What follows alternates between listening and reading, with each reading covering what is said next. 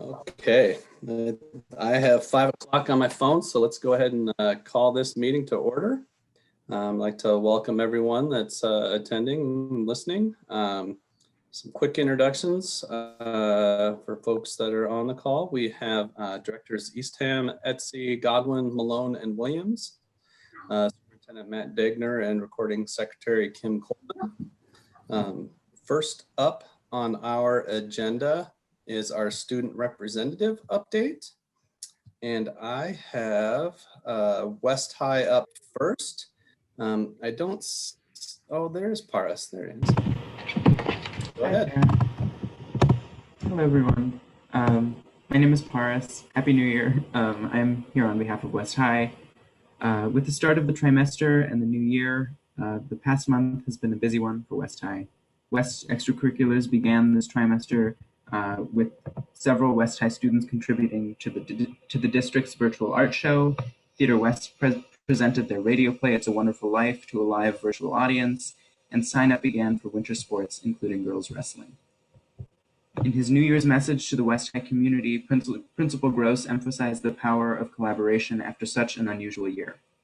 He also discussed West High's commitment to culturally responsive curriculum and teaching methods.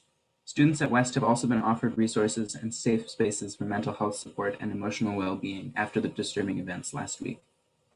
Since 2021 began, the debate team earned the IHSSA state champion title, and senior Deja Taylor was named as a top 300 scholar in the 80th Regeneron Science Talent Search science competition.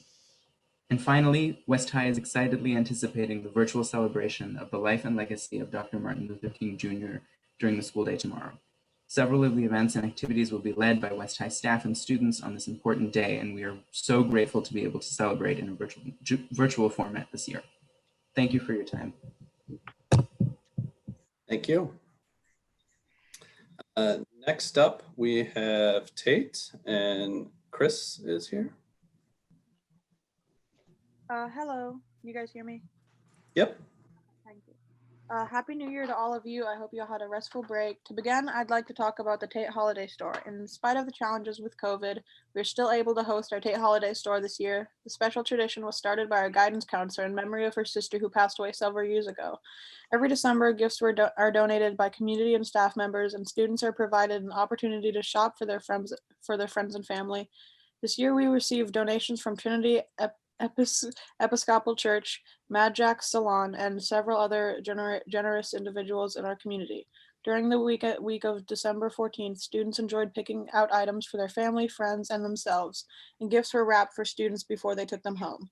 We were also able to pack a generous food bags for any student who wanted to take one home over the break.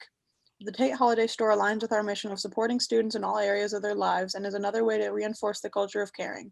Students are so happy to have gifts for family, and staff loves sharing holiday spirit with them in this way. Something else to add is a tradition at Tate is our trimester award ceremony. At the end of every trimester, classroom teachers present deserving students with awards for academic achievement, attendance, and for displaying our core values of caring, ownership, respect, and responsibility. Normally, we hold our award ceremonies in person, but the entire staff and student body in attendance. But because of the challenges presented with COVID, we held a virtual award ceremony for trimester 1. We recorded our ceremony to share with students in class, and we'll be posting the video online so that friends, guardians, and parents can watch from home.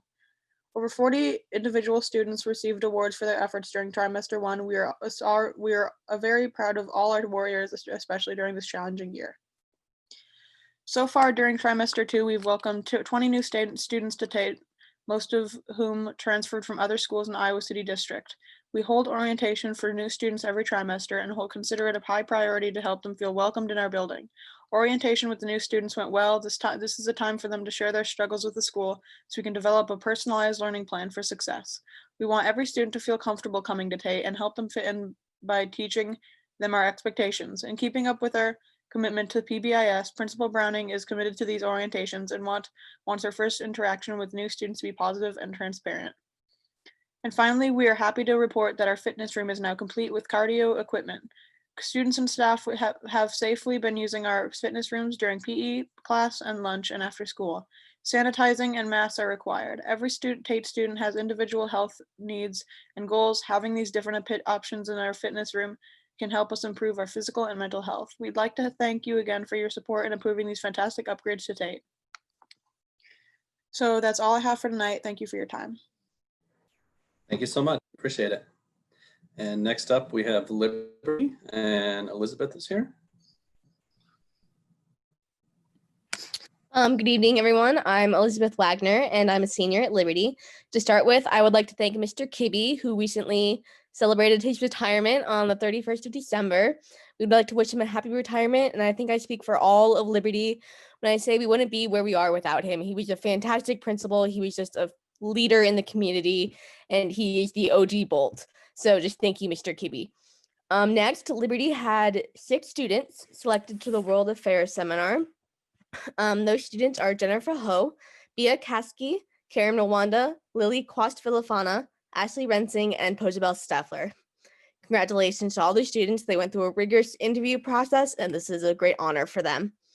Our band and orchestra also put together a couple of virtual performances before winter break to spread a little joy and a holiday spirit. Also, auditions are being held for Spring Variety Show being housed by the drama department. Similarly, the music department is beginning the process of tentatively planning for student performances opportunities in the near future. Many students are excited about the possibility of performing again, something they have been unable to do at Liberty since last spring. Administration and teacher leaders are working on improving grading practices at Liberty. This work is focused around equitable practices and ensuring that a student grade is an accurate representation of student learning. To help with this, our NHS-run homework help is still running strong as well. This helps students with anything they may require, whether that be organization, essay proofreading, or just overall tutoring in general. And finally, I know many hybrid students are happy to be back in person and hope COVID-19 positivity rates allow us to stay in person, as in-person learning tends to be a little bit easier than that switch between online, in-person, and teachers are just generally happy to have kids back in their classrooms. Thank you. Thanks, Elizabeth. Next up, we have City High, and Catherine is here. Hi, I'm Catherine and I'm representing City High. So first I wanted to start with the Little Hawk. One of their writers, Julianne Barry Stolte, recognized 4 upcoming freshmen in City High sports: Kalia Seaton, Arthur Hall, Claire Ernst, and Joe Polyak.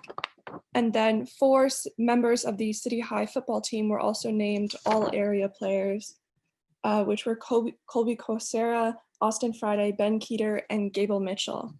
City High journalism recently was placed as the 9th paper and 2nd online paper in the country. The City High band also put together 2 concerts, one for hybrid A days and one for hybrid B days, and posted them both on YouTube. The City High basketball team, the girls basketball team, beat Cedar Valley recently. And finally, one of the members of the City High mock trial team, Ananya Albrecht Bueller, recently received an acceptance from Oxford University in England. Thank you. Thanks, Catherine. Next up, we have our ICEA update. And so we'll say hello to Brady. Good evening, President Isone, Vice President Malone, and directors. It's good to be here. Happy New Year. In the wake of yesterday's start to the Iowa legislative session, I want to just express that the Iowa City Education Association is very concerned about revisions being discussed to Senate File 2310 that would impose unsafe mandates on local school districts and their locally elected school boards. Since March, ICEA, in partnership with ICCSD and all of you, has been a strong advocate of having local school districts work in partnership with their local public health departments and medical professionals to develop and implement the approach that is best for the learning needs of their students and the health and safety of their community during this pandemic. I think we can all agree that none of the decisions has been easy, and we can agree that none has been without both support and dissent in our community.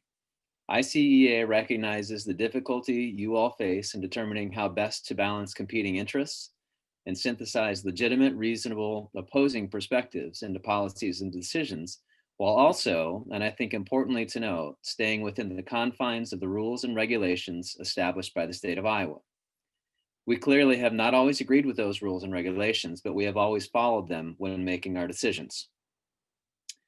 I also wanted to be clear that ICEA shares the goal of safely returning students to our classrooms for everyday on-site learning, and thus urges state decision makers to prioritize educators as decisions are made about the distribution of COVID vaccine in order for that to happen. Any conversation about 100% on-site instruction for any school district in our state must be coupled with the COVID vaccine being given to educators.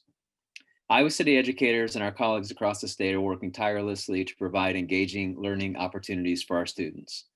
And I do want to pause and recognize my fellow educators. Their dedication, compassion, and tireless work over countless hours deserves our respect and appreciation. And I know and I appreciate about our community that they do respect and appreciate our teachers. Public education is our calling, and we look forward to the day when it is safe to return to our campuses for fully on-site learning. We also look forward to continuing to work with all of you, and we extend our deep appreciation for your dedication to serving our community. Thank you. All right, thanks, Brady. Next up, we will move into our community comment section. So if you would like to make a comment, we would ask that you use the raise hand feature, and I will call on you, and Kim will grant you the rights to speak, and you will have 4 minutes to speak. So we already have one hand up. So Kim, Maka is there.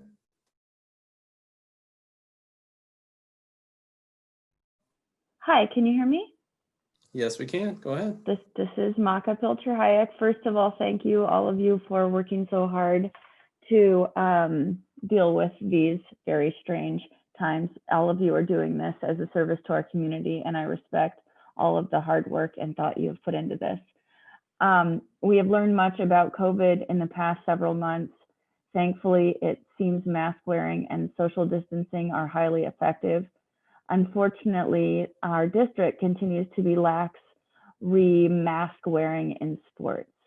I wrote you all an email that my daughter had received an invitation to play girls basketball at Southeast, which stated that masks must be worn at all times unless engaged in strenuous performance type play. I'm also aware that, for example, just on Twitter today, I saw a photo of the 8th grade girls at Northwest playing basketball without masks. Masks are not required at inter-district games, which allows the virus to spread across our school district. They're also not required at inter. So intra within the district, we're not required to, and inter-district. So we're providing an opportunity for the virus to spread among our athletes families, and then among our community. As I wrote in the email to you all, there's no reason athletes at all levels aren't wearing masks during strenuous play. Barring extenuating circumstances, masks do not impede breathing or performance. And I think the rest of the world thinks the United States is nuts for our lax mask enforcement. We need a district policy to require masks at all times, regardless of how strenuous the activity is. And if we have to play a school that doesn't have a mask requirement, we will forfeit with pride, knowing we are doing what is best for our students and the health of our community. The message to our students is, we care about your health and your future participation in athletics, so we're going to require all players and coaches to have masks on at all times. At this point, how many ICCSD teams are quarantined because of COVID exposure? I know of several. I'm not certain of how many students that equates to. How many other students, families, teachers, and staff are exposed as the virus spreads from athlete to athlete? And what kind of demands does quarantining these students put on the teachers and the students to try to continue to meet academic expectations? Those aren't rhetorical questions. I'm just really trying to understand how we're going to continue to meet the needs of students that are staying home because they were exposed at through sports. I don't need to tell you that our current mask requirements make no scientific sense.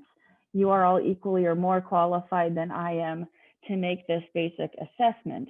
My guess is we are agreeing to risk the health of our students and their families and our community because certain parents become angry when we restrict athletic activities. As a former student athlete and sports enthusiast, I understand how important student athletics are. But we are not a district that disregards science and safety to appease political and/or emotional pleas. I am asking that we have a policy, that the board have the courage to create a policy that requires masks at all times. And again, I know that's not easy to do. And thank you so much for working so hard and spending so much time and energy to serve our community on this board. You have my confidence and my respect. Thank you. And thank you so much. I appreciate it. Are there any other folks listening that would like to make comments? If so, you need to raise your hand.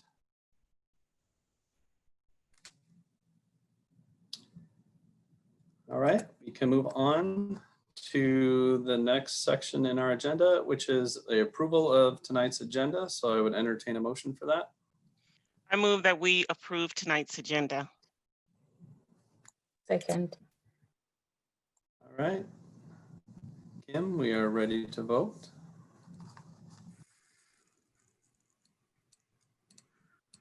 Online voting is open.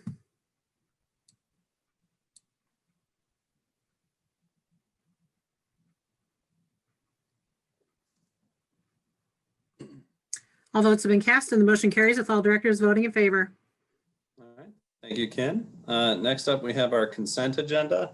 As folks reviewed the bills, were there any questions there? I reviewed the bills. I just had two questions that Les answered immediately. One was about some legal fees that we're paying an outside firm, but that relates to the data breach. That's why we're using outside counsel on that. And then the other was we spent $45,000 on hand sanitizer. And so I thought I would share that purchases us 2,000 gallons. So if the public wants to know what we're spending our COVID money on, $45,000 last month on hand sanitizer. But I'm glad that everybody should have access to it and our schools will be safer because of it. All right. So before we approve the consent, I would like to pull Appendix 9. Are there any other items that directors would like to pull? Sean, this is Charlie. I don't necessarily like to pull them, but I'd like to comment on item 13 and 18. If they Let's need go to ahead be, and pull them so we Okay. can comment on them separately. So okay, 13 thank you. 13 and 18. Okay.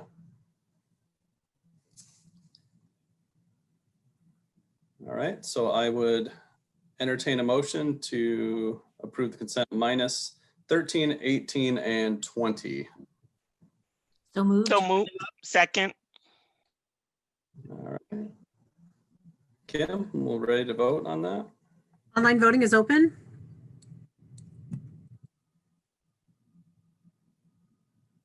All votes have been cast and the motion carries with all directors voting in favor. All right, so items that we pulled, we'll take them in order. So number 13, go ahead, Charlie. Sure, thank you. My question is directed probably through Matt to Adam. The new software, as I understand it, replaces our existing Power School software.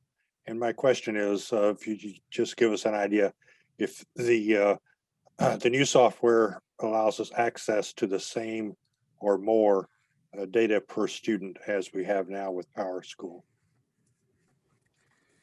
Thanks, Charlie. I'll let Adam kind of jump in there and give you a brief overview of the change and then address your question around data. So sorry, I think I jumped in on top of you, Adam. Not a problem. Yeah, so this would be a replacement for the Power School student information system. It would house fundamentally the same types of data. So there's nothing that we're collecting right now in Power School that we wouldn't also be collecting within Infinite Campus.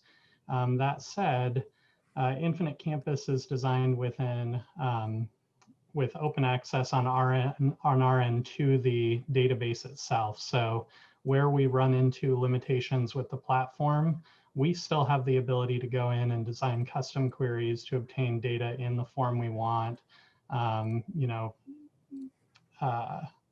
with whatever, whatever formatting rules or that sort of thing will be useful to us in terms of how we're using that data. So from an end user perspective, it will be a switch in the platform that's used for registration, for checking students' progress in courses, that sort of thing. But on the back end, that's one of the areas where we see a significant benefit, is that we have the ability to integrate more products. And we have the ability to do that on our own without working through a third party. Okay, thank you, Adam. Just to let the board know, I brought this up because to me, I'm interested in our ability to use data collected by our student interface systems as we look at areas in our instructional effort which affect our disparate outcomes. So Sean, if it's okay, I'll go ahead and move approval of item 13 in the consent agenda. Second. All right. Kim, we're ready to vote. Online voting is open.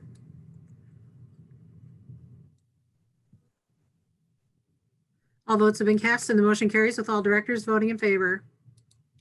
All right, next up, item number 18. Charlie? Hey, thanks again, Sean. And I asked, I'm interested in this item because it's looking at the making some changes in the City High facility that would support additional career and technical educational programming. And I really want to commend the staff for continuing this project and making these changes or in consideration of the programming that's appropriate for career and technical education at this point in our history.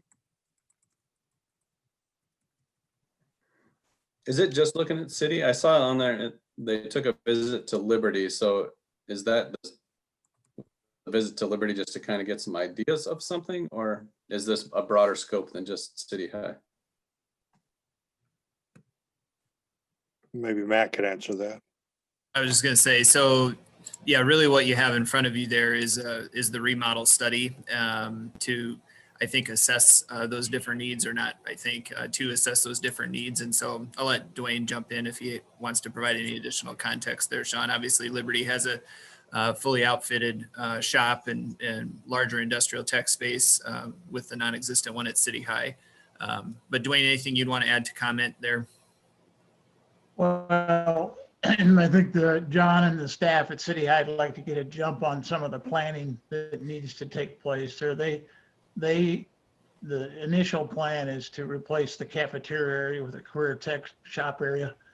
And they may want to use, once we open up the new cafeteria, they may want to use some of that space on a temporary basis. And so we wanted to make sure that with proper planning, we didn't do something that would create an obstacle or additional cost down the road.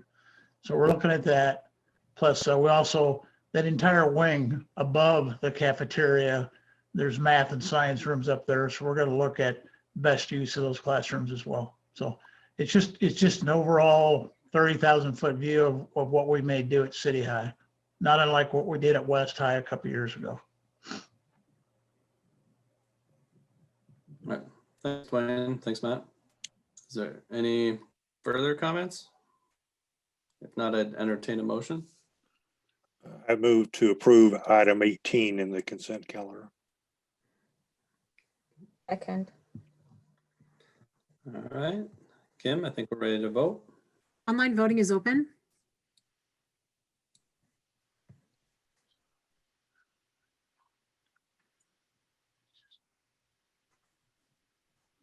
All votes have been cast and the motion carries with all directors voting in favor. All right, thank you, Kent. So on to item 20, Appendix 9. I pulled this, as I was going through, I noticed, there's a large number of items there, and a handful of them are finishing up projects. And I know we're kind of wrapping up the end of our facilities master plan and already have some folks working on the next set. And so I kind of wanted to use this opportunity to find out just kind of where we are at with some of our construction projects. Are we still on time with everything? Are we running into any struggles anywhere? Our budget's all looking good, and just kind of a general sense of where we're at with everything. So I felt like with the sheer number of things on Appendix 9, this seemed like a good time to do it. So I'll throw it over to Dwayne. You're asking me, I assume. Yeah, go for it, Dwayne. Okay, thanks. I'm always eager to talk about our projects, so it's not a problem for me, but maybe just start with some of the projects we're just finishing. You had a student earlier mention Tate, and we're punching out and getting that one done. And there's always little paperwork things to do at the end, so we're dealing with that. Garner this past fall, we finished the music and art room. They're using that. Grantwood and Kirkwood, they're both basically done. There's a couple little punch list items that need to be done on the outside of the building that may not be done until spring, some sidewalk work. But for the most part, they're done and being used. Those two projects were a challenge, trying to get them done with students in the building, but we got through it. Liberty High Phase 3, looking really good and being used, I assume. And they have additional classrooms up there and room to grow. And that just was a nice project and a nice continuation of that.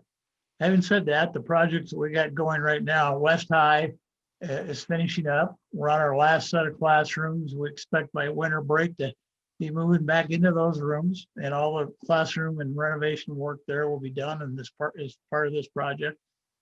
Pretty much on time and on budget, not a problem. Northwest Junior High, I don't know if you guys see the pictures that we send, but they're currently using their new band and orchestra rooms already. And they were in the old multi-purpose room, and that was made possible by adding the new gymnasium and expanding the cafeteria, so we can move folks out of that multi-purpose room. And we've got those rooms ready and they're using them. So on to the next part of Northwest is we're now currently abating in the old music orchestra and band rooms, and we're going to create a new music choir space there, make that much larger than it was originally. We're also on our second group of 10 classrooms at Northwest, and that's moving right along. Shimmick, we had a new gym there, and we're about to move into it so that we can take the old gym down and create an art room, some administrative spaces in there, and that's moving right along. At Wickham, we're pretty much done. We added on to the art and music rooms there. We made a new secured entry foyer on the building, and that's done. And again, we're just kind of down to our punch list items there. At Horn, we worked over the summer and fall, but we put that project on hold until next summer, because most of that's mechanical work and corridors and ceilings and things like that. So that's moving right along. Morlog, we started a music art room addition, and we got the structure up, and we're waiting to make the tie-ins to the original building, so that we put that on hold again until spring or until students are out of the building. No issues there. It's just a timing issue. So moving right along, which brings us to City High. And some of you will recall that when we originally bid City High 2 years ago, it was over budget. So we had a couple options, eat it or go back and redo it. So we chose to go back and redo it. We went back and changed the scope. We had an extensive 4-day session in value engineering and really determined with school staff on hand what we needed and what we didn't need. So we got through that, but because of that, we got a late start. And originally we thought we wouldn't be done until December of 21, but through some work with our contractor, we've gotten that moved up to October. However, school staff, and this just a heads up, school staff has concerned, and Allison's concerned as well. And she's been part of this discussion the last couple of days, and she's smiling at me. So as long as she's smiling, we're good. But we have been talking to the contractor about accelerating the work in the kitchen and what effect that has on the rest of the project. We had some pretty extensive meetings last week. We had meetings this morning with Allison, and we had meetings this afternoon, and the contractors are working on that. So I'm hopeful that we'll get that kitchen project done a little bit quicker than the rest of the project. No guarantees yet, but if you hear some scuttle, that's what we're talking about. So we're trying to figure out the best way forward and getting that kitchen done so that we don't have to move in after school starts, which would not be desirable. It'd be better to be there and be ready to go. But as part of that, Allison needs 2 to 3 weeks just to make sure all the systems are working, the staff is trained, and those of you that were at Liberty saw us go through all that. We went through all that at West High. So we've been through this before. And I reassigned one of our staff members today who did those kitchens to the City High project. So I think that's going to help too. So that's kind of where we're at. And if you had any questions, I'd be glad to answer them. I really appreciate that update. It's always kind of nice to know, you know, where we're putting all that money and what we're getting out of it, because I know it's a lot of work, and there's a lot of projects going on at the same time. So it's really nice to hear the update. It sounds like things are moving along. Do any other directors have any specific questions about any of the projects? And if not, I would entertain a motion to approve. I know I pulled it. I know. Right. So I move that we approve appendix or consent calendar item number 20. Is there a second?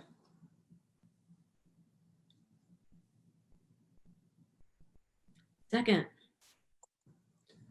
All right. Kim, I think we are ready to vote. Online voting is open. All votes have been cast and the motion carries with all directors voting in favor. Thank you. We will move down to our discussion items. And first up is our return to learn update. I will turn it over to Matt. Good evening, everybody.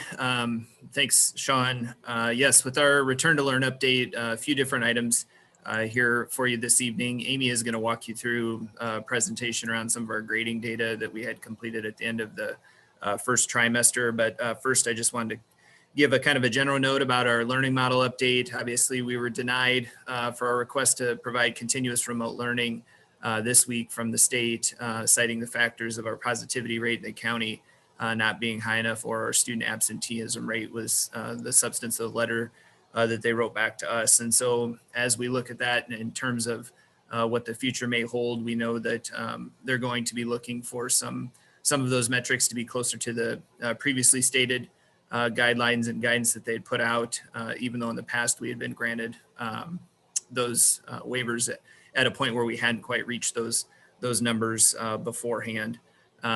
We also are anticipating that we're going to receive additional guidance coming out of the Department of Ed as this legislative session begins. As you heard Brady's comments at the beginning, we know that as the legislative session gets back in order here, and even if with the governor's state of the state message tonight, we think we may get some indication around the direction that some of those items are going to go. A couple other brief updates, and I'm happy to come back to that and answer questions too, would be along the lines of vaccines. We did put out an initial communication to staff this afternoon, trying to gauge some initial interest in receiving the vaccine. We had it out for just a few minutes and had about a 50% response rate right away. Kristen had let us know. And so we do believe we'll have some good confidence in that data when it comes back to us. We believe we're in the 1B group. There was a little bit of conversation between, was it really 1B or is it phase 2? Johnson County Public Health has cleared up that it's 1B.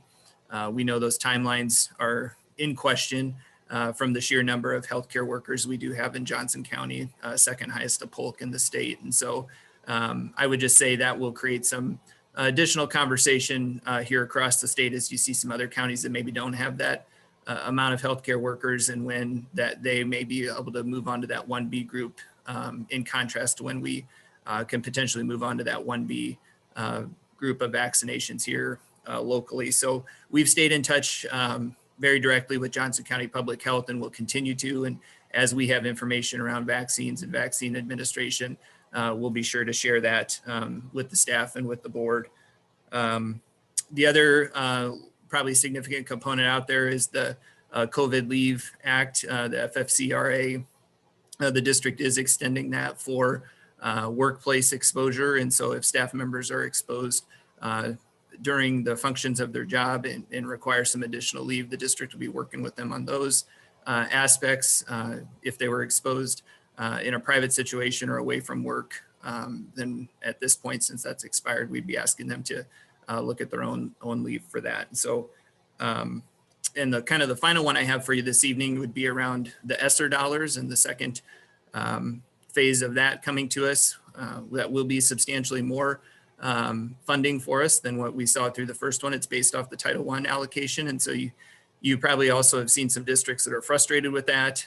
It is a benefit for us here in Iowa City. We do benefit from it being funded off that Title I allocation. And so we do have a sizable sum coming to us from there, and we'll be having some more conversation after we receive the DE webinar on Thursday around acceptable uses for those funds as we move forward. And so we're kind of in a holding pattern until we get some of that specific guidance from them in that regard around those additional dollars that we could use for COVID recovery in that fashion. So those are some high level points. We do want to get into a little bit of the teach and learning aspect, like I said, around grading and one other point, but be happy to answer any questions you might have in front of you with those items. Sean, if you don't mind, I'd like to talk to Matt about an issue which I think is germane. Looking at our, I've been looking at our COVID-19 dashboard, total number of COVID-19 cases for district students and staff since August 15th. We're close to over we're over 1,000 cases of COVID-19 either diagnosed or resumed since that date. I think we've gone through 2 periods where we have transitioned from all online learning to hybrid learning and during that time period. And the way I've looked at the data during that, when those transitions have occurred, we have seen increased numbers among students and staff of COVID-19 cases. So to me, that's an indication that because we are doing hybrid learning, we have seen more cases of COVID-19 infection among students and staff than would have occurred if we had done totally online learning since August 15th. I'm not clever enough, to pull the actual estimation of that number of students and staff out of this data, but I think it's something that we should maybe talk about with the state education board and the governor's office as we go forward here and try and determine what are the best kinds of learning that we should offer to students and students in this district that takes into account their academic needs as well as their safety needs.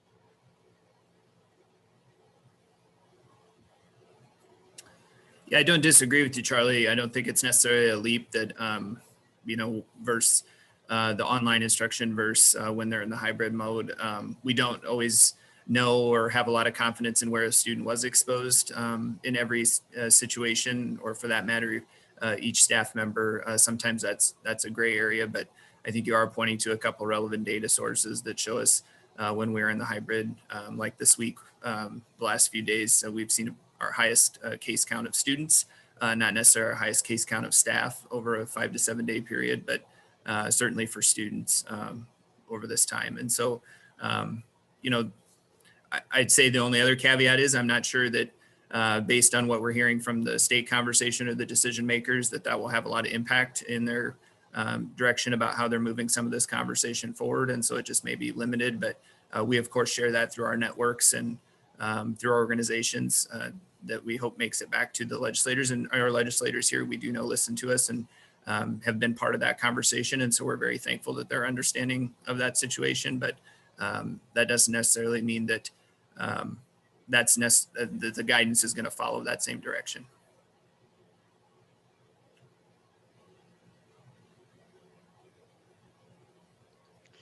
Matt, quick question, or Chase. I think it might be a Chase question.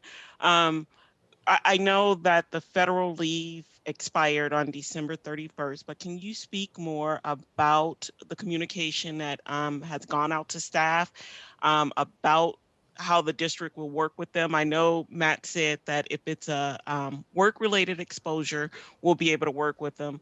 But we were at a meeting last night and there was concerns expressed, especially that some of our women staff members may feel as though they're at a disadvantage as they're trying to bank time as they look to starting families and needing to take maternity leave or stay home with children, versus some of our male staff, as well as some of our staff, especially staff of color, not feeling comfortable taking the vaccine when it is offered. What are we doing to address those concerns or work with staff expressing those concerns?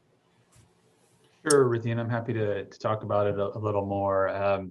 Part of that is, we're still just going into this period of time in the district, since that just changed at the end of the month. And as you referenced the email we put out, right now, what we are doing is we've kind of delineated between exposure, whether it's close contact or an individual that is exposed and then test positive for COVID, related to their work, as opposed to it happening in their personal life. I think that's kind of our first test that we look at in terms of whether or not we would provide the individual additional district leave, or if we would ask them to use their personal leave. In all these circumstances, like we've done throughout the pandemic, we're going to look at them individually. And so I know it's not the best answer, but we don't like to talk in absolutes, because we believe that it's a disservice to our employees if we don't take the time to meet with them and work with them one-on-one. But we do want to try to provide some guidance. And so the initial guidance is, in most cases, if it's an exposure at work, we're going to make sure that we don't make people dip into their leave bank. If somebody goes out, takes a trip, decides to be social on the weekend and puts themselves in that position, more likely than not, we're going to ask them to utilize a leave that we've already provided them for those circumstances. But again, the details might dictate that we make a different determination. And like we've tried to do, we'll keep the association and the different unions in the loop. We think it's important from a communication and a collaboration standpoint to do that. As part of that, this week, we're going to have a Zoom session that we invite all employees to, that Nick, along with Brady, are going to lead and help kind of go through some of these examples and answer these questions. That's where we are today. We know that given on, there's been some reference of what's going on at the state level, and also with President-elect Biden taking office in a couple of weeks, we're not sure what the future of some of those legislative pieces hold there as well. And so we're trying to put ourselves in a position to identify and address some of those situations in the short term, but also knowing that we might have to change course a little bit as we go through the spring, especially as you talk about the vaccine.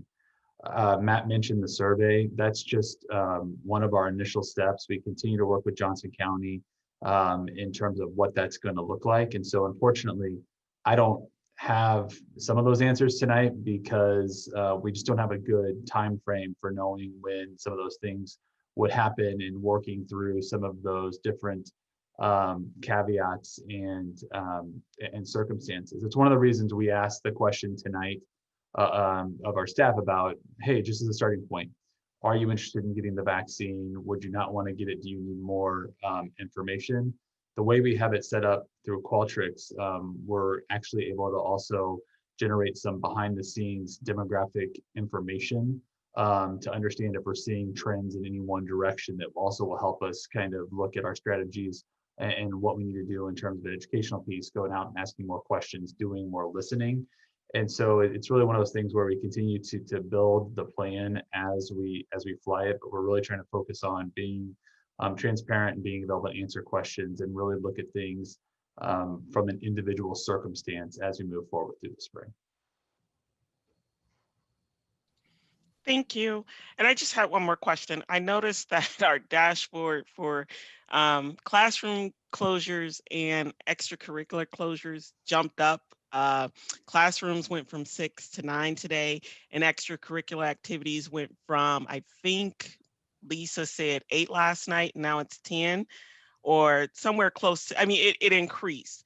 So especially with extracurricular, is there any plan to try and do anything different? I know we take the stance that if there's one confirmed positive on a team, everybody is quarantining, but given some of the concerns we've been emailed about and the speaker tonight, are we thinking about making any changes as an administration on how that's handled?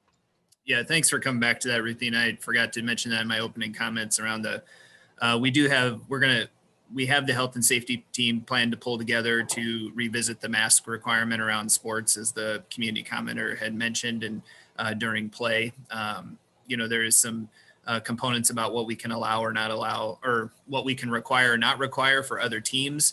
But we also heard some conversation, or have seen that on email, about what to do with teams between our own school, or events between our own teams in our own district, and then outside of the district. And so the health and safety team is planning to review that, is looking back at that again. We went off their initial recommendation when we had met, starting in the summer as activities and athletics started up again. And so we are bringing them back together to look at that component. And then, like you said, I mean, really with the number of teams and extracurricular activities that have been pulled down is because of that strategy around mitigation efforts to make sure that we don't see additional spread. And so that's why we're quick to pull those aside for a couple weeks and then restart them.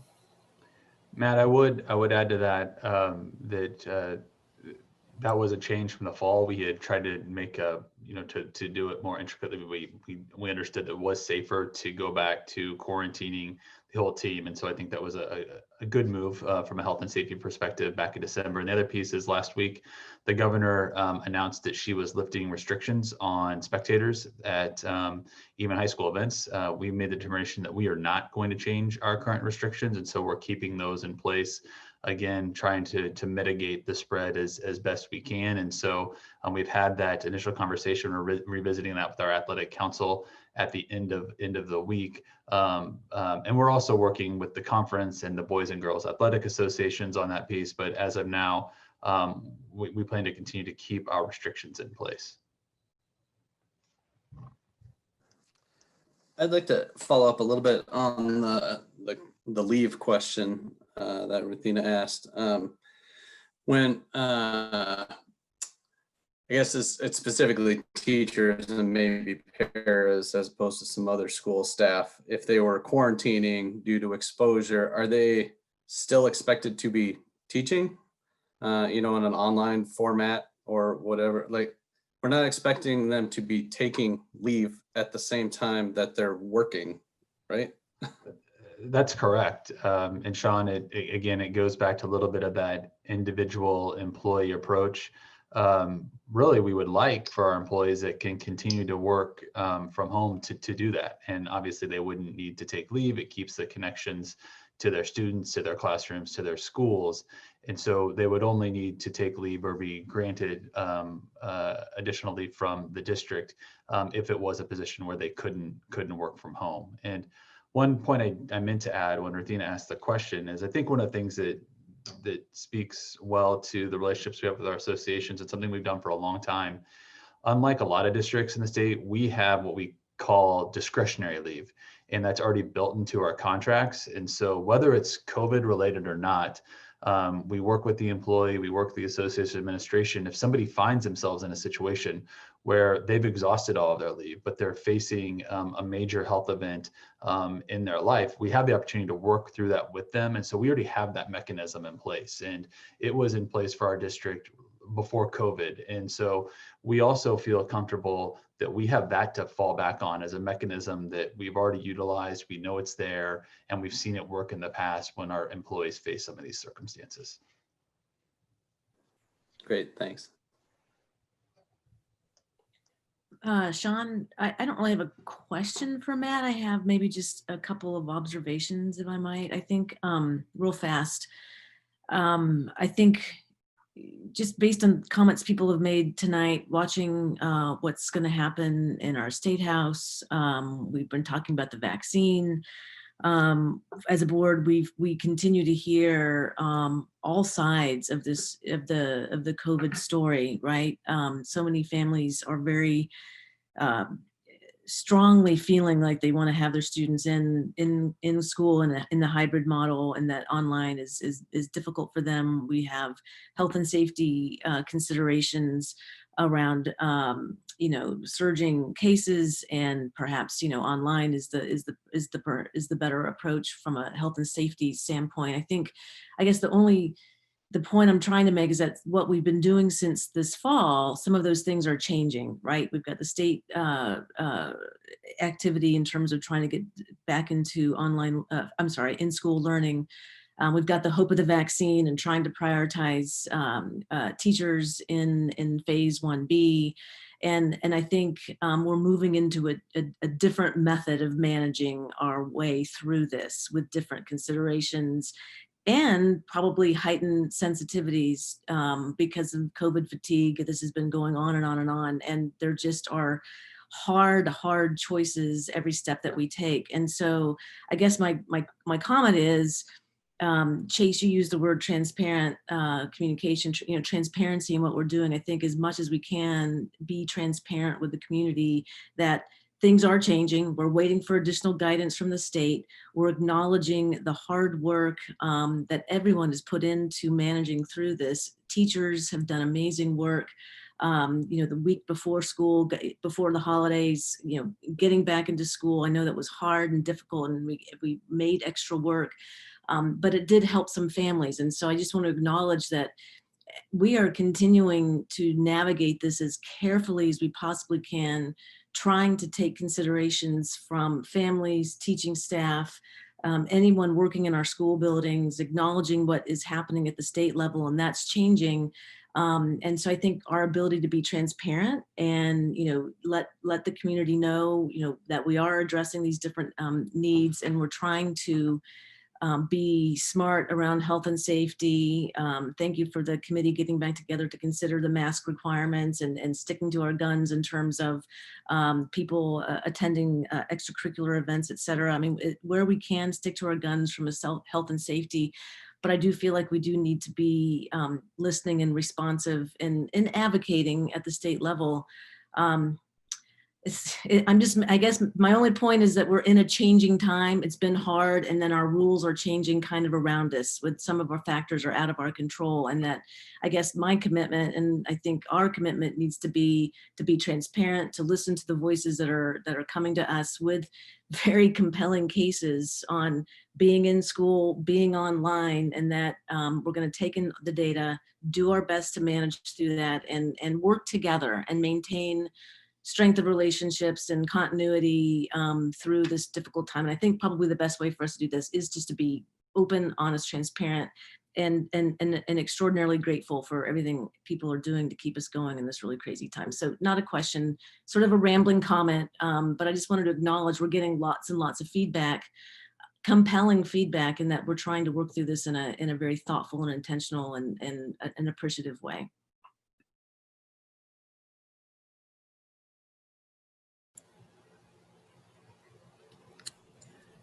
Sean, if there's no other questions, we could have Amy move into the data points we have around some of the grading conversation that we had early in the trimester, and then the progress we made towards the end of the trimester, and some potential next steps there. So Amy, if you're ready, you can go ahead and jump right in here. Thank you, Matt, and good evening, everyone. I'm happy to bring to you tonight an update based on a presentation that we shared with you in November.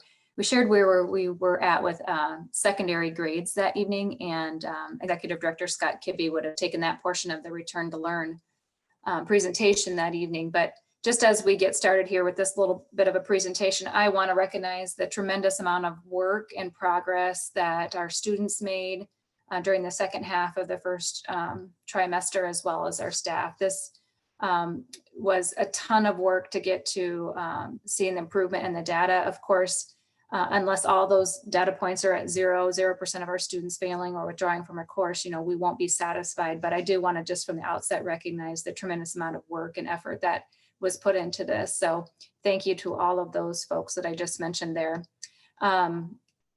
We recognize the work that's going to be ongoing and in front of us, for the long term. Really, we're not just talking about this next trimester coming up or third trimester or even the next fall, right? We recognize that there's going to be gaps in learning and that we're going to have to constantly be revisiting and revising what we're doing around this idea of accelerated learning. So tonight I'm sharing the progress again around where our junior high students were and then where they ended by the end of first try. And also we benchmarked it against what we saw happening a year ago. So the fall of 2019 for both the junior high students and the high school students.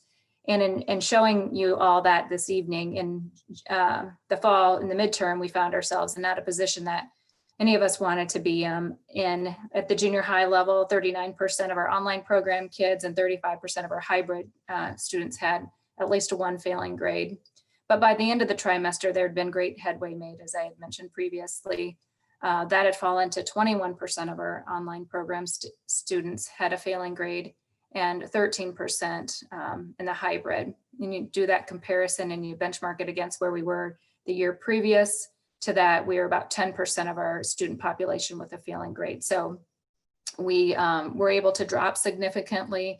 Of course, we didn't hit what that percentage was at the end of the first try in 1920, but we made tremendous headway there. Now there was a difference there between what we, a nice drop in both groups, although our online program kids, were experienced quite a different outcome than our on-site students did at that time. As far as the high school students then, there weren't really any significant differences with the student population, whether they're online or in hybrid.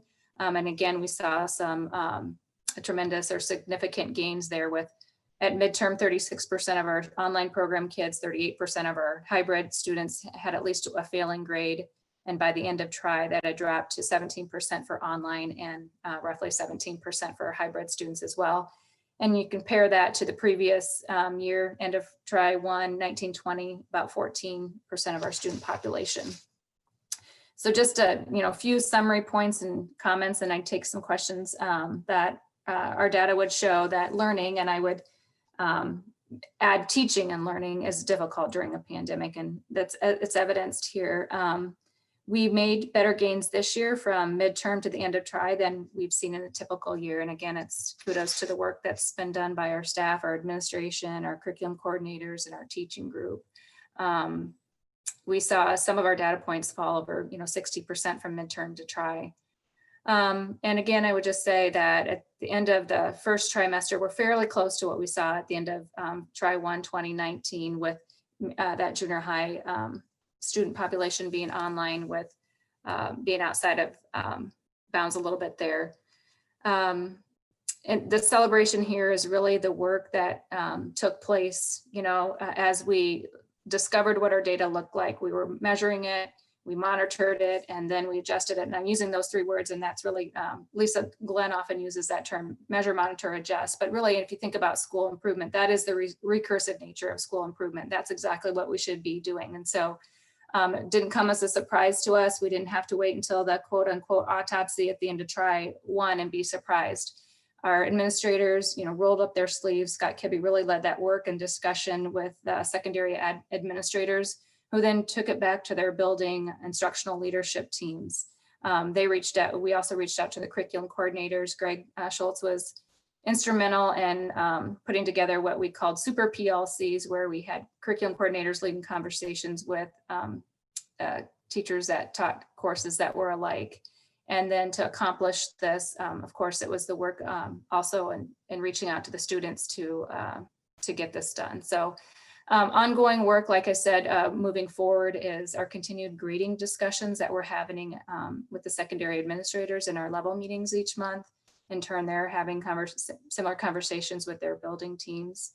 Some of the administrators have started book studies in their own buildings around grading, and that will continue.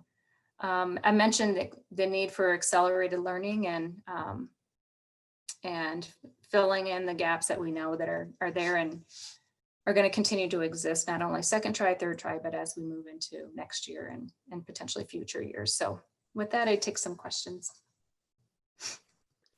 I'll jump in first here. I have two. One, I'm going to make the assumption that there's differences from, school to school in these numbers. And I'd like to know how much, are we looking at, this school did really good, so let's see what they're doing and make sure that we're applying that everywhere. How much of that operation is happening? And then also, I know we discussed, a couple meetings ago, some of the difficulties at the elementary level, where we put in the kind of that same focus to see, mid-try to end-try gains that we did in secondary. Obviously with grades, it's a lot easier to just see the letter and see that you've made the gains. But I know like with FAST and other assessments at the elementary level, we had some struggles there. So I'd like to know what we did at that level as well. Sure. So as far as grades, the secondary administrators all have access to grades. And so they're well aware of how, individual buildings performed. I think amongst administrators, there has been some conversation, but there probably could, of course, always be more. The other thing that we took a look at is we did it by core area. So we took a look to see if certain areas we were finding more problematic. So we took a deeper dive into that. Scott shared individual building data back, but they all have access to, that district-wide data as well. As far as our elementary folks, we continue to utilize our instructional coaches and our elementary principal meetings where we meet once or twice a month around MTSS, so around reading, math, social, emotional, behavioral health, climate, and culture. And so we really use that team to leverage and help set and communicate direction in the district. Our next testing period, our winter window that we will be utilizing will come up in February. And so we'll get to look at the progress that we've made from that fall benchmarking until February. But that work is ongoing and constant. Those conversations are held not only at that kind of meeting each month, but of course through their instructional leadership teams at the building level as well. That's great. Thanks, Amy. Directors, any other questions? Amy, this is Charlie. I'm just looking at the tables for high school students, and it looks like between these two time periods that most of the subgroups actually decreased their percentage of failing grades by about half. Given you, have you guys got some ideas yet about what factors may have influence this? And particularly, of course, we want to really work hard to see if we can get the Black, African American, and Hispanic Latinx groups down to the other two groups too. Yeah, Charlie, I would just go back to what I've shared, the work that Scott Kibbe was doing with the secondary administrators around the discussions around grading, what makes up a grade, trying to put some standardized rules and expectations back out to our teaching staff, working with their instructional leadership teams to really attack this through that lens as a leadership team, but also then utilizing our curriculum coordinators. So our teacher leaders that are in those curriculum coordinator positions, Brady's in the social studies coordinator position. We've got others in each of those content areas, hosting super PLCs and having conversations as content area teachers about how they were going to reconnect with students to help improve their grades by the end of the trimester and what they were going to monitor and measure as part of that grade for the trimester. Yeah, I would just add on, sorry, I kind of talked on top of Brady there, but I just was going to give a shout out to our teachers. And I think Amy did that at the beginning, when she talked about the hard work, and it's really just their relentless effort, right? I mean, that we engage with students, we form relationships with students. We always see a decline from midterm to the trimester around failing grades, and that's the power of the classroom teacher and working with the students. And so obviously environments are unique this year, and those relationships are formed differently and maintained differently. But a big kudos to the staff as far as working through the trimester. And we were proud of the leadership conversations we were able to bring back to the buildings to have those, and some of the work I think I've mentioned to you guys before, and that Amy did a nice job of articulating, that's maybe accelerated because of the pandemic. So if there's a silver lining, it'd be some of those grading conversations are being accelerated and front of mind for a lot of folks. But just really in the trenches work with the teachers are working with the kids and knowing they care about them and that they want them to do well and they want to see them pass the courses and get their grades so they can get to credit acquisition and completion of classes in school. So Brady, if you had anything you wanted to add on in there, go ahead. Well, no, thank you. That's a hard one to everybody for all that. It really, I would say the one thing, you know, I've been in the district a long time. I think the district level collaboration and the district level agreement on what to focus on, which is what are the priority standards, the really essential things that students need to know and to be able to do, made a difference. And then I will say that I really appreciated, and no other teachers did as well, that we were able to rearrange some of our professional development time to capture some of the momentum that we started to have with, you know, the super PLCs or our PLCs at the district level. So I think, you know, once you get teams together and they have training and a focus and you trust them and give them some time to do that work, I think we're seeing it makes a world of difference. So that PD schedule is really, really tight. And there's a fierce battle for those days. So, and I know Diana, I can see her on the screen smiling and she knows that very well. So I would just say I really appreciated the ability to be nimble and agile, something we talked about all last spring and this summer. And you saw it, I think, there. So Charlie, I think that also made a difference. We dedicated not only, you know, our mind to it, but then we gave people time to do the work. And I think that makes a difference. Thank you very much. It's in a way, it's quite remarkable what you've accomplished. So I really appreciate it, as I'm sure the students do too. Thank you, Charlie. Thank you.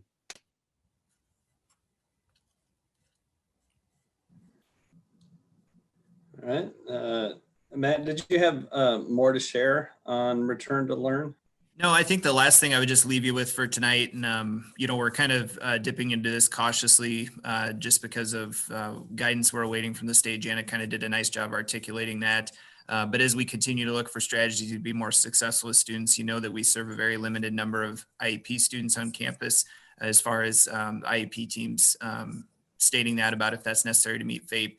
We are still in some exploratory conversations and some planning conversations around if we were to be in an offsite learning model again, would there be a way to serve a small number of English language learner students on our campuses?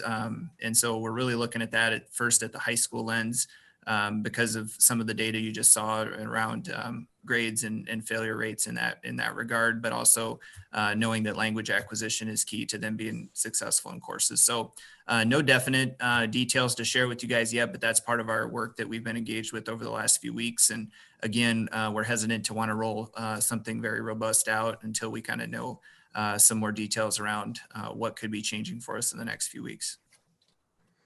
Okay, before we jump off the topic, I just throw some out there. This is probably for future conversations. One part, waiting until you have your webinar, I think you said on Thursday, on what some of the new funding can go towards. And then I know our local legislators are looking at it as well, but in several conversations in a lot of different groups, there's been a lot of talk of what does summer look like? How can we use that time to do some recovery? So I think as we look at, you know, if we are actually getting any sort of funding, how much of that can go towards something like that, or how much of it can really be, you know, intense recovery still this spring.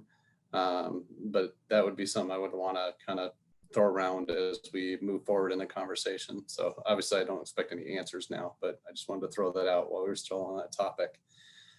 So one last call on the Return to Learn for directors with questions or comments before we move on.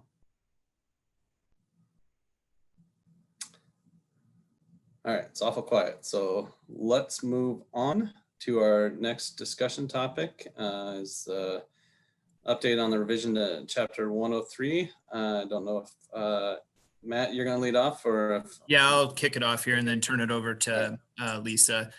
So Thanks, guys. This one was kind of a late add to our agenda. We didn't talk about it at the last meeting, but part of it is to do with the date that they would like to see this policy approved. And so it didn't follow our normal channel of going through policy and governance and then coming to you. So tonight we kind of have it in front of you for an initial reading with what we'd like to see for approval on the 26th. So you get a chance to look at it. And tonight, before I turn it over to Lisa, I'm just going to address the elephant in the room surrounding the policy as she walks through it. Is this wouldn't be something that we would have developed in spirit in our local district, but this is something stipulated to us by law and legislation coming from the state of Iowa. And so you're going to probably notice what feels like a punitive nature in some of this policy, or that you could see an undertone of that, and you're not seeing it wrong. And so some of you may remember some of this conversation from the spring legislative session, and when some of those rules were talked about around seclusion and restraint in Chapter 103. And so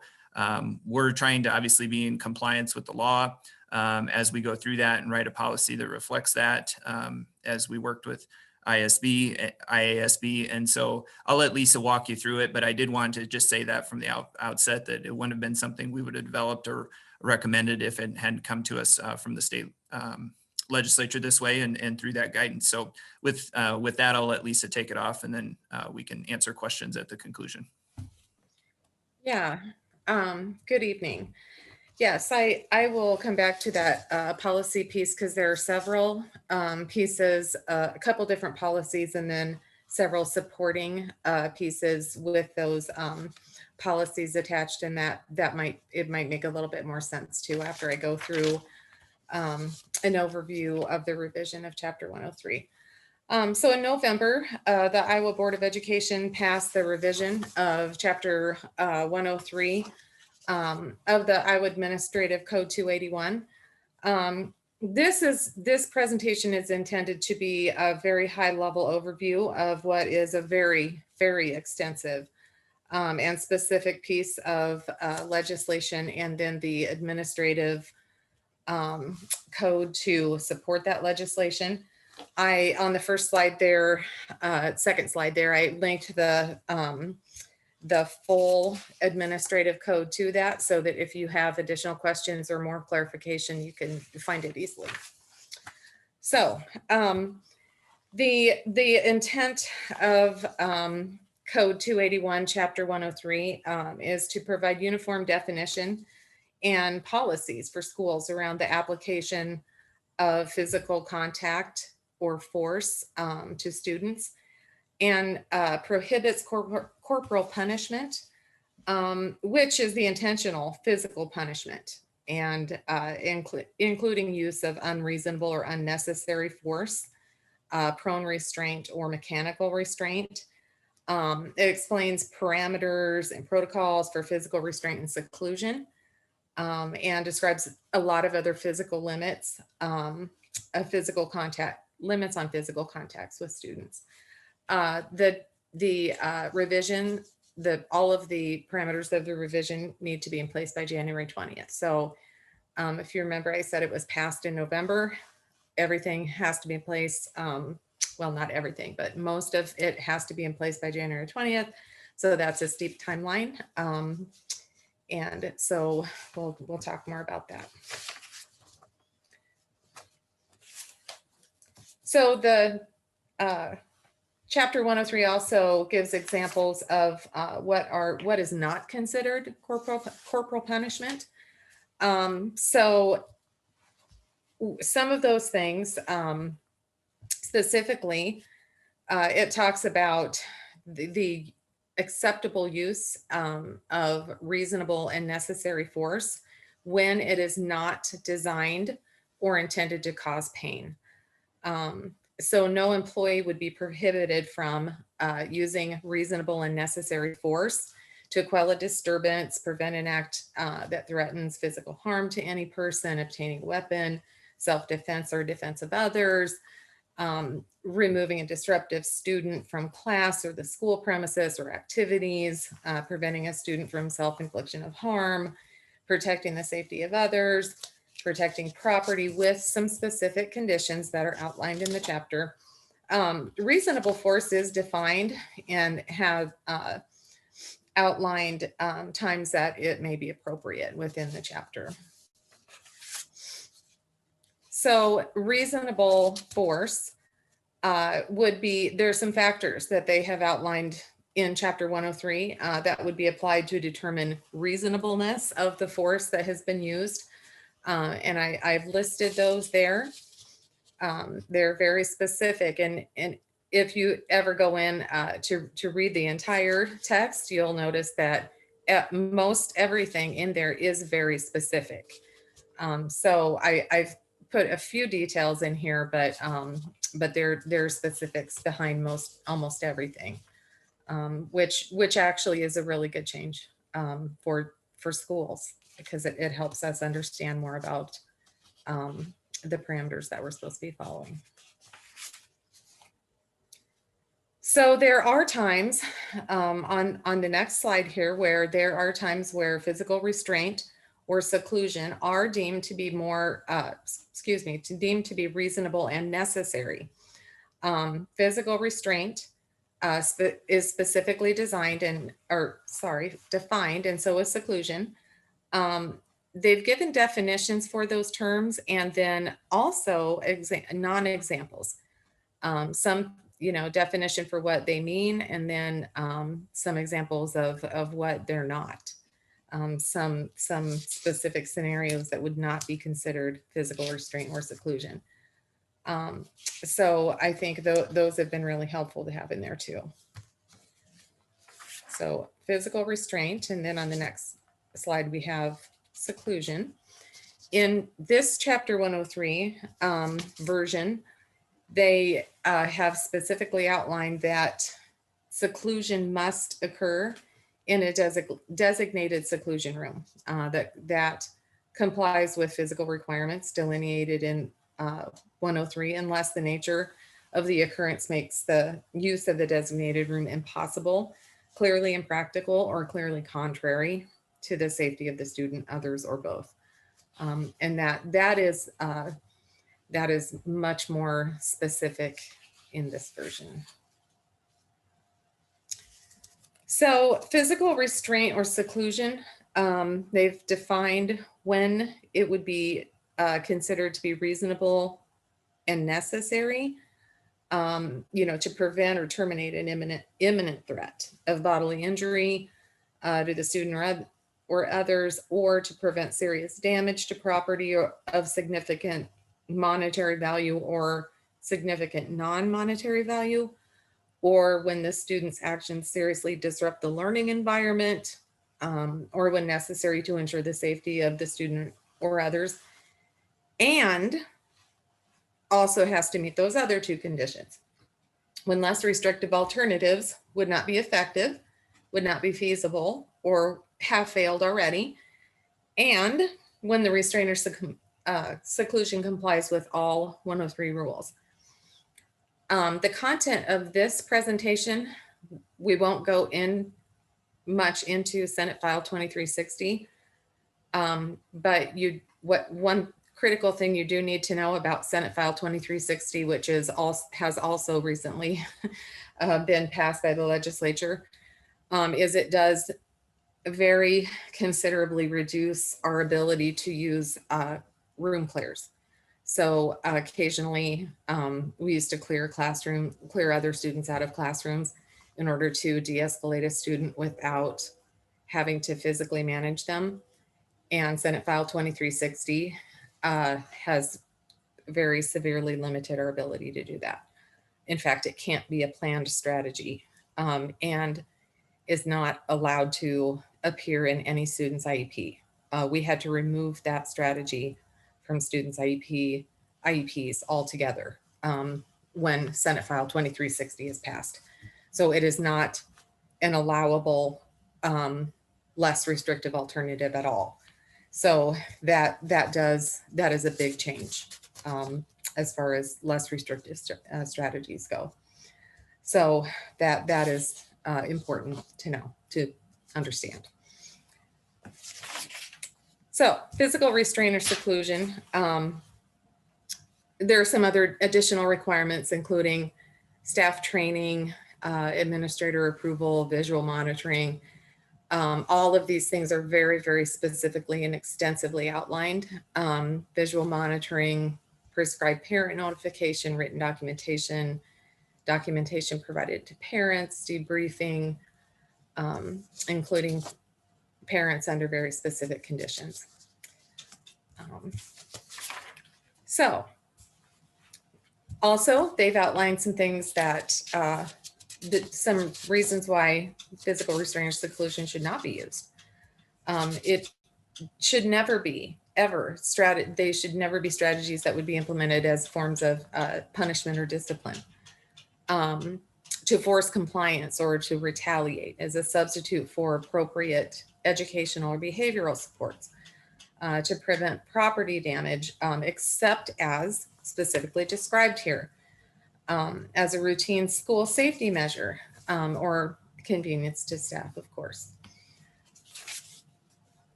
So the things that I'd like to make sure that are taken away from this very high level presentation would be that the changes to Chapter 103 are very extensive. And you know, the last revision to Chapter 103 was in 2008. So this revision took a long time and really came about through the hard work really of a lot of advocates. Actually started working on this a long time ago, and worked at getting these changes in place for a long, it took a couple years really. So the changes are very extensive, went through a long process and was up for public review a couple times before they were finally passed. So they're extensive and substantive, and we will comply fully. And of course we will. And we are on track to meet the timelines that are required and in every way. So we're expecting to be in full compliance by the time that we need to. We're still receiving information and clarification. So, you know, we still have questions that we're getting answered, and I'm sure every single school district in the state is probably in that same boat. The more we know, the more questions that we have. And we could just continue to receive more information all the time.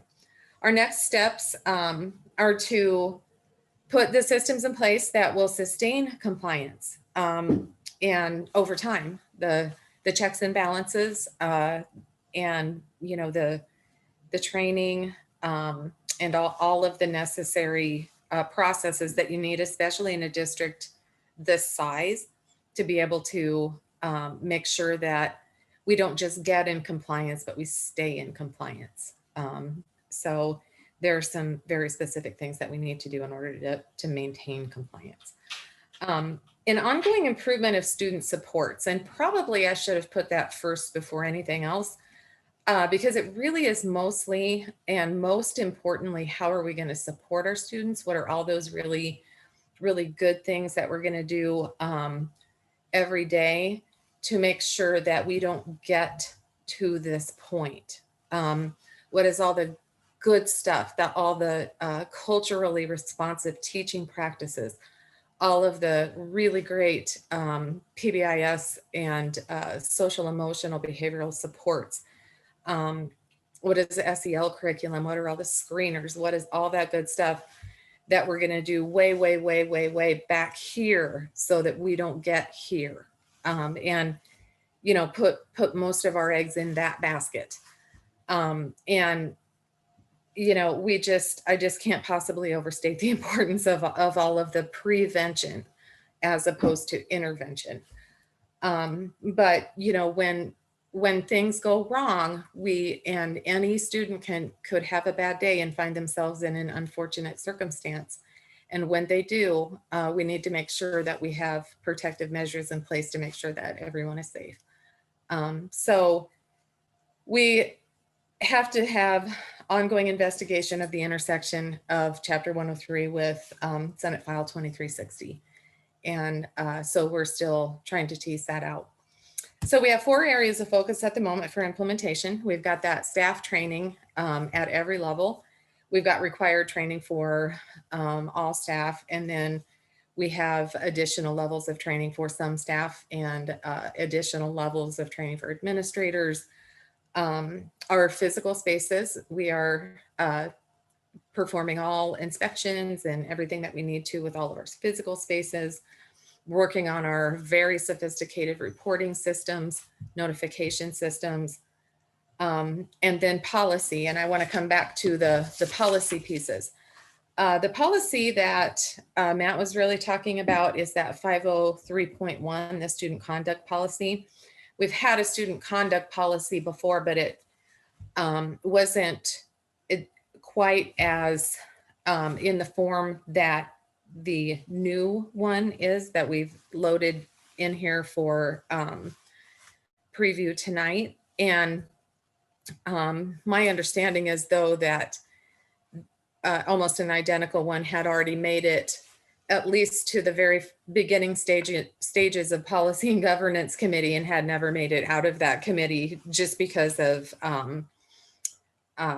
probably because of COVID or the timeline behind policy and governance. I'm not really sure, but it is a required policy, that one. And, you know, there are some parts of that that look extremely traditional. And, you know, we all realize that there's a committee underway to take a look at, you know, the disciplinary protocols and procedures, with a lot of stakeholder input, which is the right way to look at those topics. And so, you know, we're not wanting to rush out ahead of that committee or anything like that. This is just a matter of having the policies that are required in place with the statements that are required in it.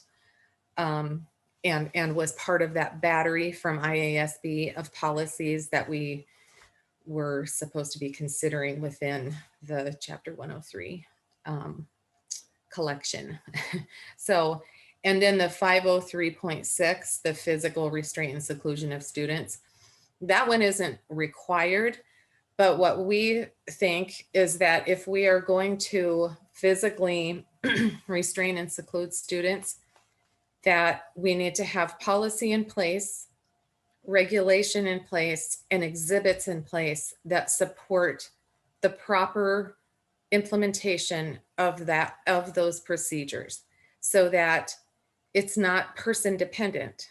So that, you know, if the admin team wins the lottery, or somehow I strike it rich and I'm not here tomorrow, that, you know, if there's institutional knowledge and an archive of how, you know, the processes are supposed to run, so that, again, those processes for maintaining compliance over time, and it's not dependent on a person or two, that it's actually archived in the proper way. So that's what they're all about. It's the physical restraint and seclusion regulation, the documentation form, the letter to the parent or guardian, debriefing meeting document even, so that we know all of those things have all of the right contents. So what questions do you have?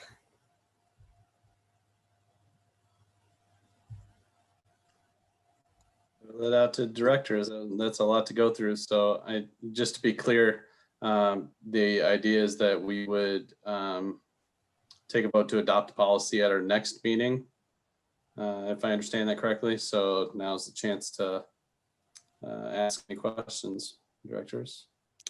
So Janet, I'm sorry, did you want to talk here too? Go ahead, Charlie. I just have a quick comment, but go ahead. Okay. So as I understand it, then Lisa and Matt, we're going to be asked to vote on all of these policy changes, 503s, all of those 503 sections, as well as the 103 something or other. Is that right?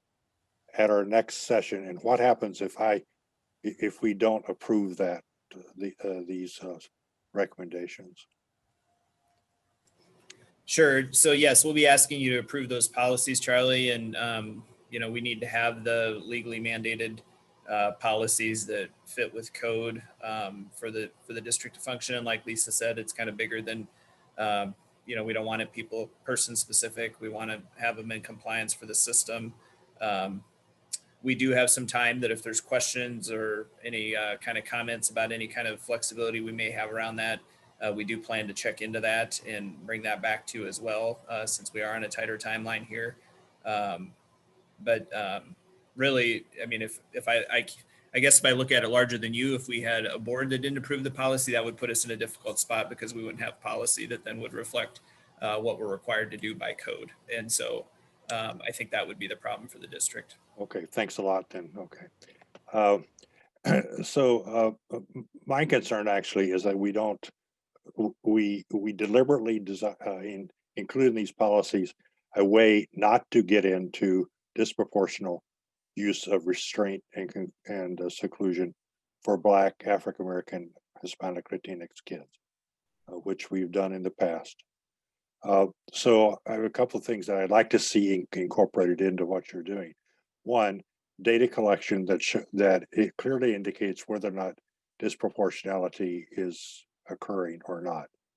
It's very much like what we've did with the care assessment approach. And as part of that, then review of that disproportionate data on a regular basis, I would suggest at least monthly, by people high enough up in our organization that if disproportionality is occurring, they can act to change what's happening. And to me, I think that as a board member, I would expect to see that data on at least a monthly basis as a board report. Sure. Lisa, do you want to go ahead and walk through just real briefly what our data collection and review process looks like right now? It's been probably a while since we talked to you guys about that. Yes. We do collect, so we, at every building, all reports go to a building level report. And so every building, and this was part of our corrective action plan and for our 103 state complaint. And we've been doing it ever since then, faithfully. Every single building has to review their own reports. They document, as a team, they document the review of their own reports and take any action necessary. And they document their meeting and what they've done, what action they thought might be necessary based on their review. At the district level, we review every building once a month. So there are 2 reviews of every building every month of all reports. So we have multiple reviews every month. And Lisa, those reviews include looking at disproportionality data? Yes.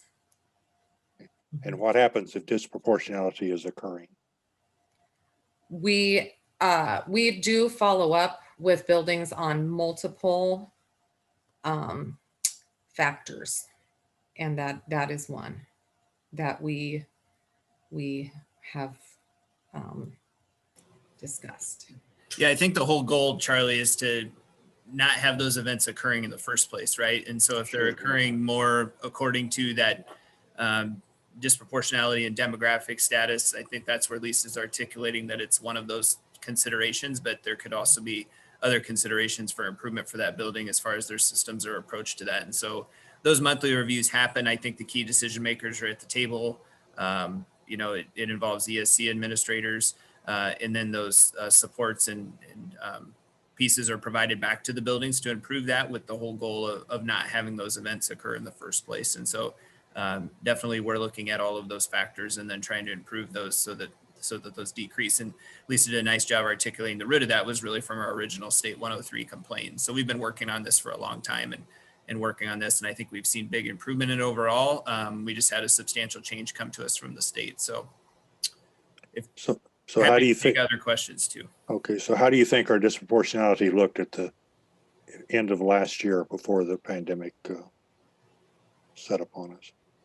Were we eliminating it? I'm not sure if I could just answer that question off the top of my head, Charlie. I would not feel comfortable just, I mean, I'd really want to have some sort of information in front of me before I would want to say that for, I mean, that's a strong Okay. statement for me to say without any kind of preparation, you know. Okay, I understand that, Lisa. That's fine. Okay. I wouldn't want to speak to that without preparation. Okay. And then finally, so Matt, can this review process that Lisa's described, you and Lisa have described, can that be included in the text of these policies? I know it's articulated in our improvement plan, right, Lisa, that we had to do that and that we do commit to this process. Mm-hmm. I'm not sure if we do have that articulated either in this policy or in another one. I think that's probably something we could explore if it's not, and I think that would probably speak to an improvement, best practice improvement effort. But Lisa, any thoughts on that about if you've seen that rooted in policy anywhere else, or if that's something we'd want to consider? We don't have it written into these regulations or exhibits or the policy or anything. But how about if we take that idea back and see if there's any way we could anchor it, because that isn't something that's required, and I've never known of any other district doing it, to be honest. I'm not saying no other district does do it. I've just never heard anyone say they do. To be honest, I'll just say honestly, I think we do a lot with our information, and I'm pretty proud of that, and we're not going to stop doing it, and I don't want to stop. So I'm not against having it somewhere permanent to ensure that, again, if we, so that it's not person dependent and not dependent just on the people who are currently here, so if we want it to be institutionalized, then it maybe should reside somewhere in the regulation or something. So how about if I take that back and we can talk as a team of where it should live, maybe? That sound good? That would Certainly make me much more inclined to vote in favor of making these changes. So,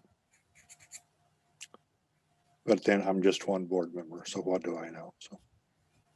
Well, you're going down the path I was gonna just make a comment about, Charlie, and that's around the systems to sustain compliance and what will we be doing to ensure that we're not person dependent, that we've got the proper procedures, that training is occurring, and then through our work here, that we do some kind of audit. I mean, that's maybe not an audit, but you know what I mean? We're reviewing our practice and make sure that we're not seeing any disproportionality or we're not deviating from procedure. And it sounds like the data collection and the building level and the central office review of the data is a control that you have in place to ensure compliance. And that's just what I was going to comment on. And so I like where that conversation was going. I think, the compliance is really important. These are sensitive procedures. We have to comply faithfully and continuously improve. And I know that's the mindset that the district has, and you've really built upon that. But I think transparency, to use that word again, around what we're doing to ensure compliance, what are the regular check-ins, how can the board be informed,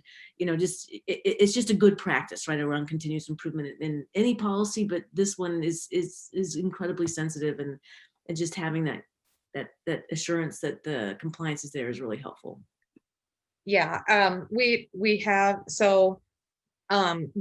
already set up processes that we've had working, and I think have served us really, really well, have served our students really well, and have served our district well, because we have had no problems with non-compliance since we've had these processes running. And so we want to make sure that they continue considering the new requirements. So one of those things was our electronic reporting system, where we are establishing another electronic reporting system. It has to be way more sophisticated now because there are more pieces of documentation. But so we're working on that, and it will be in place by the 20th. We're almost done with it right now. some districts are just using papers that they're passing around so those are the kind of systems I'm talking about that allows that information to go so that it can be used in real time. So these are the background processes that I mean that allow us to maintain compliance. So yes, they will. Yes, we want to be in compliance so that, and this gets at kind of what Charlie was saying, is that those compliance processes allow us to problem solve those issues, those quality issues. If we can't tell that there's a problem, we can't address it. So, it's all tied together. Thank you.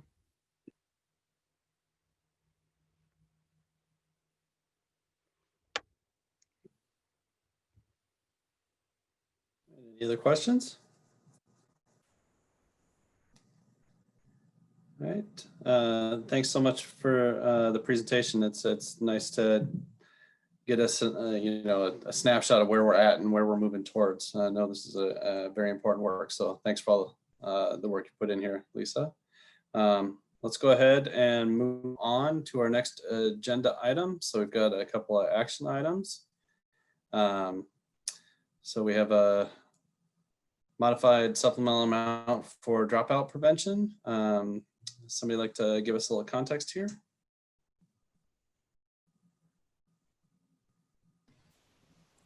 Sorry, I wasn't able to get myself unmuted. I was going to ask Diane if she'd jump in there, please.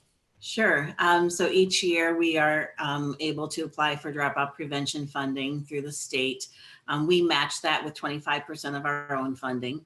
And then we use those funds to support services for our students to prevent them from dropping out of school. So quite a bit of our counseling services, our nursing services, our student family advocates, in addition to some academic services, our academic support teachers, Tate, Alternative High School, those are all funded through the dropout prevention program. And we'll need a resolution. So the resolution should be read and then voted upon. Before that, is there I don't know, how does this coming year compare to past years? I see this as being a very important piece to our work this year. And I would assume it's supposed to be a dropout prevention, that the way circumstances are, we may have more students at risk here, or at greater risk. And so just curious how it compares to past years. I know it's just a budget, but. Sure. So the budget is such that in the last couple of years, the state kind of changed the funding. So if we don't spend it, we don't get the money the following year. So we want to make sure that we're spending the funds. We can always use more. I mean, we certainly know that we can always support our students in further than what we're doing now. Right now, we only fund a portion of our counselors, a portion of our SFAs, a portion of our nurses. The rest is coming out of general fund. So the more that we can fund through dropout, the more relief we give to our general fund as well. But we also provide services such as credit recovery for students who may have failed a course. Then we have the funds there to be able to support them to retake a course. We provide academic supports for kids such as Success Center, our reading intervention classes that we provide for kids to try to support them as they are completing their core courses. So again, lots of supports for our kids, but certainly more could be used. And Director Eyestone, it is a enrollment-driven computation as to the amount of the budget. It's not something that we can say X number of dollars for guidance, as Diane was alluding to, or X number of dollars to mental health that we get to determine. We have to fit within the parameters of that computation that the state has provided for us. I think the other thing to note there, Les, too, is that it's as high as what we can ask for. We could ask for less if you didn't want to spend that much money on our dropouts, but we have asked for the max. That's good context. I appreciate that. If there are any other questions, obviously directors, you're free to ask. But if not, I would entertain the motion as it is written there. Or if somebody could read it, would be great. Do we need to read the whole text there? Is that right, Sean? Yes, please. Okay.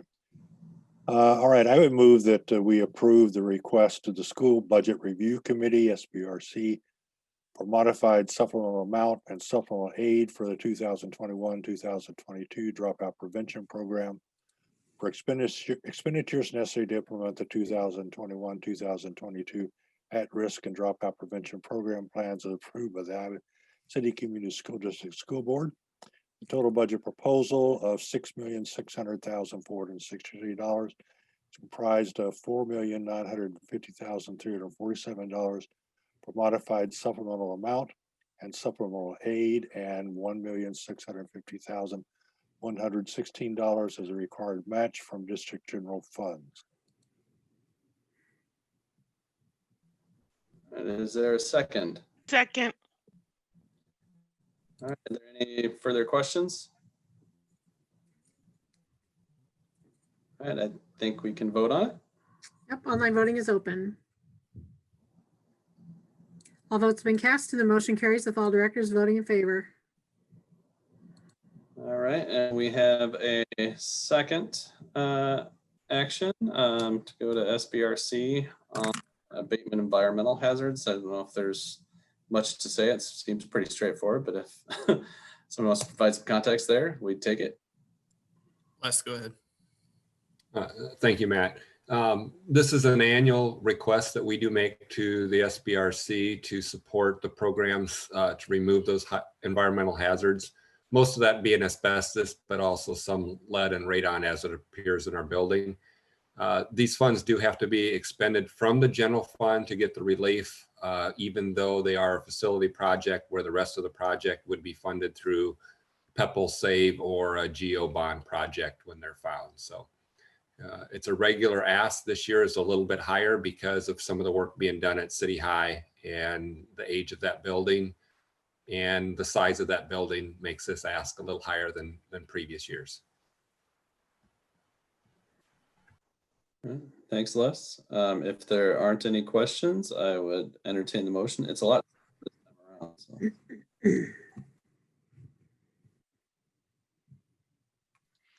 I recommend approval of the resolution to approve application to School Budget Review Committee for MSA of $657,069 for abatement of environmental hazards. Second. I'm sorry, Drawing. There's a whole lot of seconds there for you, Cam. Okay. But I think we're ready to vote. Online voting is open.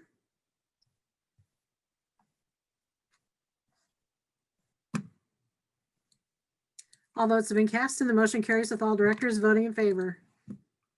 All right, thank you. We can move on to Director Liaison Report. I don't know if anybody had any specifics they wanted to talk about of the things that they've done.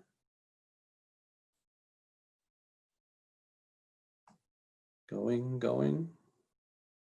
All right, we can move on. We have two agenda setting here. There is looks like an operations committee meeting a week from today. I think they met once already. So this will be the second one. So I like to see that that's up and running. And then we have our meeting in 2 weeks where we're actually getting our CAFR, our annual audit report, a little bit delayed, but for good reason. So we're going to have that. I was wondering if, I guess maybe if I'm not incorrect, I think Lisa was made the chair of our operations committee. If we will have had 2 meetings of the operations committee, if they could just kind of give us a quick update on the 26th of kind of what we've talked about. It doesn't have to be super in-depth or anything like that. I just kind of want to hear how it's going because I know it's something we're just starting up. So if we can get an update there, I would like to hear that. Is there any other things that directors or Matt or the team would like to add to the 26th?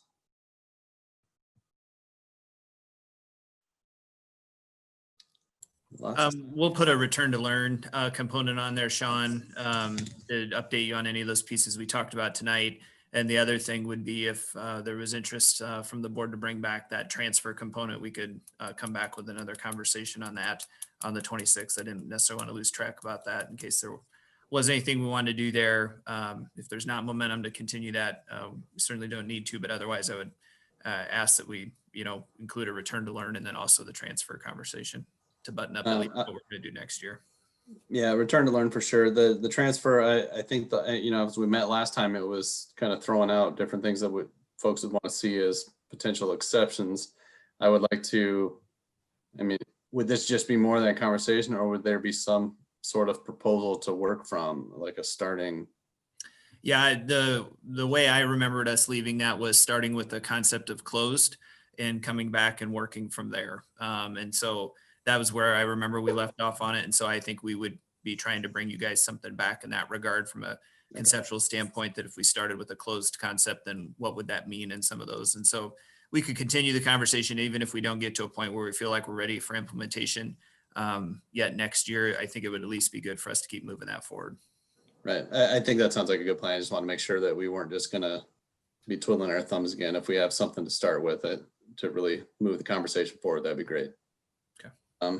Any other items, folks? And again, Matt, are you going to be ready this next meeting to talk about the mask issues that we've already discussed?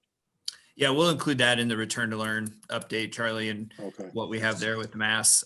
The other thing that we should probably think about with agenda setting is just another equity update. So we do our equity update for the month. So we'll get that included on the agenda as well. Yes, please. That would be great. All right. Nothing else. I want to remind everybody that we do have a work session, and we are going to continue on this Zoom call. So you don't have to leave and then come back in. So just keep that in mind before we adjourn. I would like to give everybody a couple minutes maybe to take a little bio break. So what is the time? I have 6:51. Maybe just 3 or 4 minutes. By my clock, it'd be like 6:55. I don't know what your clocks all say. I have 6:51 right now. So we'll adjourn and then bring it back if that's okay with everyone. With that, I would entertain a motion to adjourn. So moved. Second. All right, all in favor? Aye. Aye. Aye. All right, thanks everyone. We'll see you in like 4 minutes.